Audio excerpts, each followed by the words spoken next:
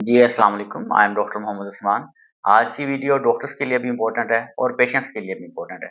वो doctor specially जिनकी emergency के अंदर ड्यूटी होती है, रात के टाइम ड्यूटी होती है और वो पेशेंट्स जो रात को अपना चेकअप करवाने के लिए जाते हैं, रात को अपना मुआयना करवाने के लिए जाते हैं। तो पेशेंट्स वो जो ओपीडी के केसेस होते हैं, जिन्हें स्पेशली दिन के टाइम जाना चाहिए, ओपीडी हॉर्स के अंदर जाना चाहिए, वो जब रात को जाते हैं, तो मसला होता है।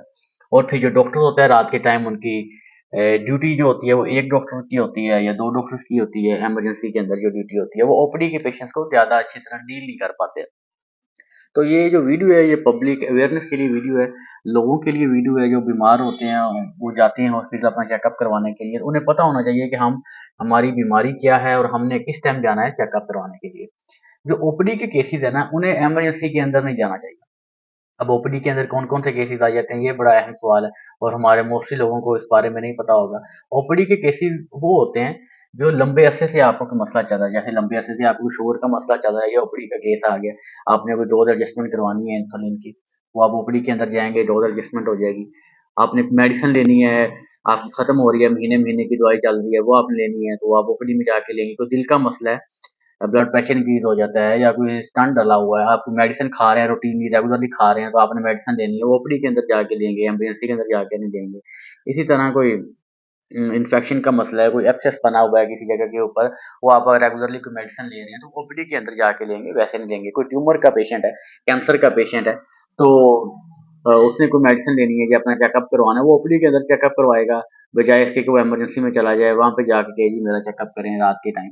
क्योंकि वहाँ पे कंसल्टेंट अवेलेबल नहीं होंगे, मेडिकल ऑफिसर होते हैं, 1 होंगे या 2 होंगे, तो उनकी रूटीन इतनी टफ होती है।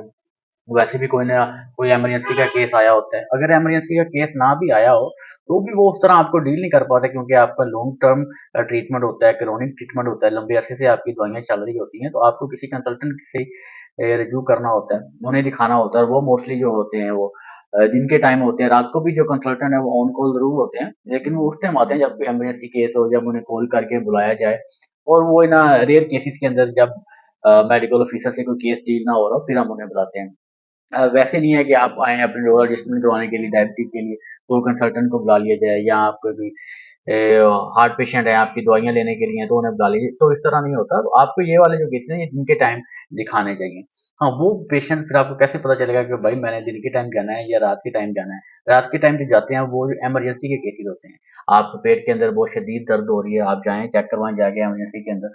अपेंडिक्स हो सकती है, एपिगैस्ट्रिक पेन हो सकती है, मैदे का दर्द भी हो सकता है, कोई अल्लाह ना करे कोई एक्सीडेंट हो गया, ट्रॉमा हो गया, इमरजेंसी के अंदर जाना है आपने, स्पाइन के अंदर कोई चोट लग गई है, कमर के अंदर कोई चोट लग गई है, तो आप लोगों ने इमरजेंसी में जाना है चेकअप करवाने के लिए। सीने के अंदर दर्द महसूस हो रहा है, दबाव आ रहा है, तो आप लोगों ने इमरजेंसी में जाना है चेक करवाने के लिए।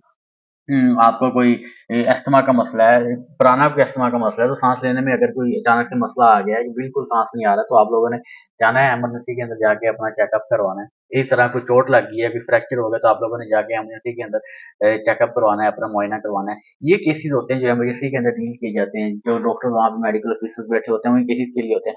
और भी चंद एक केसेस जो इससे रिलेटेड है वो मैं आप लोगों के साथ शेयर करता हूँ, जो इमरजेंसी के अंदर होते हैं।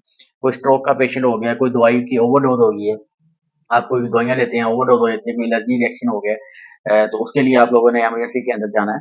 तो चेस्ट पेन मैंने आप लोगों को पहले बता दिया, ये हो गया। बाकी कोई जैसे कोई बंदा तैर रहा होता है, वो नहर के अंदर आप तैर रहे होते हैं, स्विमिंग पूल के अंदर तैर रहे होते हैं, उसके अंदर कोई डूब जाते हैं, उसे निकाल के आप लोगों ने लेके जाना होता है। कोई मेजर ट्रॉमा हो गया, बर्न का पेशेंट हो गया, उसे आप लोगों ने चेक करवाना होता है।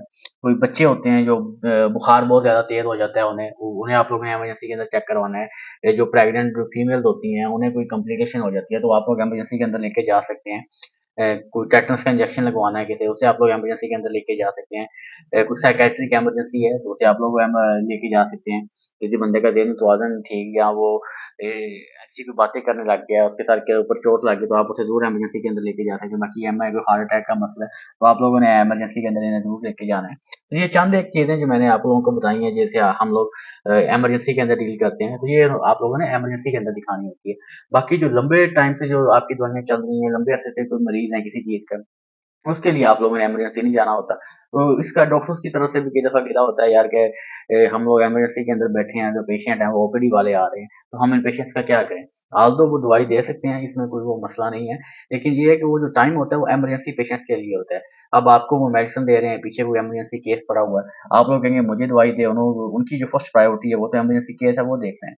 तो वो आप लोग जाएँ दिन के टाइम, जो आपका असल वर्किंग आवर्स होते हैं ओपीडी के, उस टाइम आप लोगों ने जाना है, कंसल्टेंट बैठे होंगे, रेज़िडेंट बैठे होंगे, मेडिकल ऑफिसर्स बैठे होंगे, आप लोग वहाँ पे अच्छे से अपना मुआयना करवाएँ, चेकअप करवाएँ।